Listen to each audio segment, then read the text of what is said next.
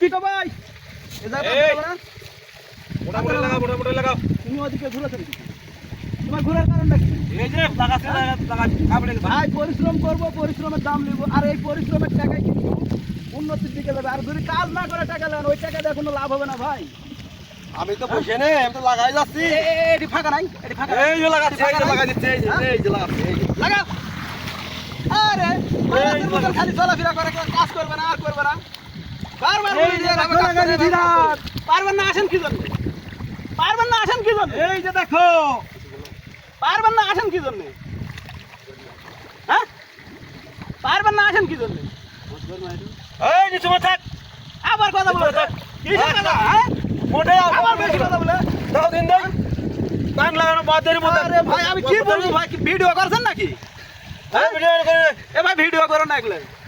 হ্যাঁ, বড় ভাই হয়, খালি বসে থাকা খাবে আমার উপর দিয়ে। কতবার বলবো? এত দেখেন লাগা গেছে কাজে, কাজে লাগা গেছে। এখন কি করা যায়? এখন কি করা যায় বলেন? এখন তো ঠিক করবে পারছেন।